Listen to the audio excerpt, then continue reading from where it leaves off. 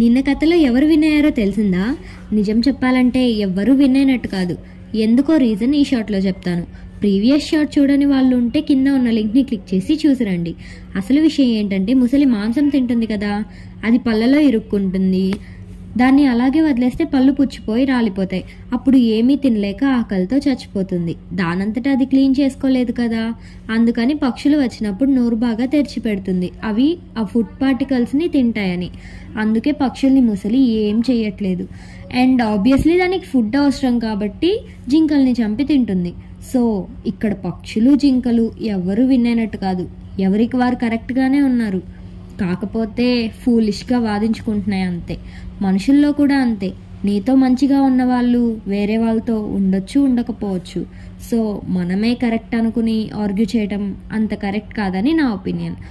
ఈ స్టోరీ నచ్చితే లైక్ చేసి ఇలాంటి మరెన్నో స్టోరీస్ కోసం సబ్స్క్రైబ్ చేసేసుకోండి.